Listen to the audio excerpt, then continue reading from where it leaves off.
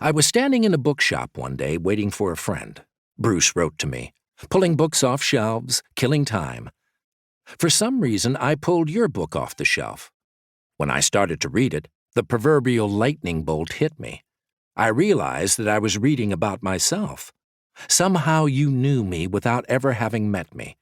It was a revelation, the kind you read about but can't imagine happening to you. Only it happened to me that day. I saw myself, my true self, which I'd kept hidden from almost everybody in your book.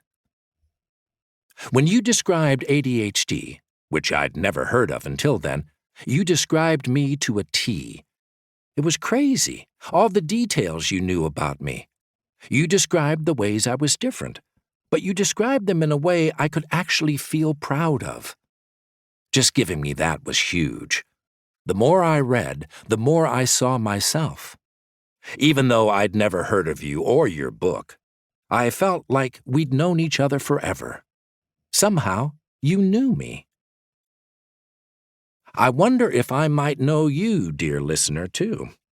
If I do, if you see yourself in the descriptions I offer of ADHD, attention deficit hyperactivity disorder, then you are one lucky person. Everything could be about to change.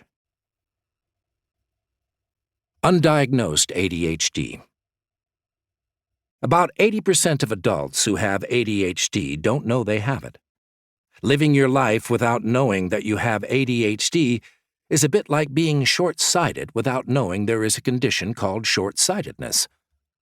Once you learn there's a name for why you can't see clearly, you can visit an optician, take an eye test, and get a pair of glasses. And those glasses will change your life in ways you couldn't have imagined because you hadn't known what was wrong or what was possible. The same is true when it comes to knowing that you have ADHD. Undiagnosed, ADHD can hold a person back in life. Receiving a diagnosis can change everything. Keep in mind, telling someone with ADHD they need to try harder is like telling someone who's short-sighted to squint harder. Struggling to succeed. Let me tell you about Maria. She is a really good example of how diagnosis and treatment for ADHD can transform your life. Maria came to see me because she had taken the New York bar exam 6 times, and she had failed it 6 times. I'm smart. I know I'm smart. But I just can't pass this damn exam, she told me.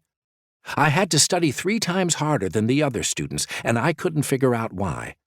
Because in class, it was obvious I was just as smart as they were, probably smarter. As she told me her story, it was like she was a poster child for adult ADHD. In the past, when she'd gone for help, she'd been diagnosed with depression and prescribed an antidepressant. She had been depressed for sure, but only because she was so frustrated at not achieving her goals. The drug would not address her underlying problem, which was ADHD. As I explained this, Maria alternated between crying and getting angry. "Why didn't those doctors see this?" she asked. "Don't blame them," I said. "Rare is the doctor who knows about adult ADHD, especially in women. But now that we know what's really going on, we can get to work taking care of it." With the help of stimulant medication and the accommodation of extra time, Maria passed the bar exam with flying colors on her next try. Fact versus fiction. Fiction. If you have ADHD, that means you'll never amount to much in life. Fact. Almost all of the adults who come to see me underachieved or struggled at school. Many dropped out of school or college. However, they didn't give up. Most started using their natural entrepreneurial talents right away.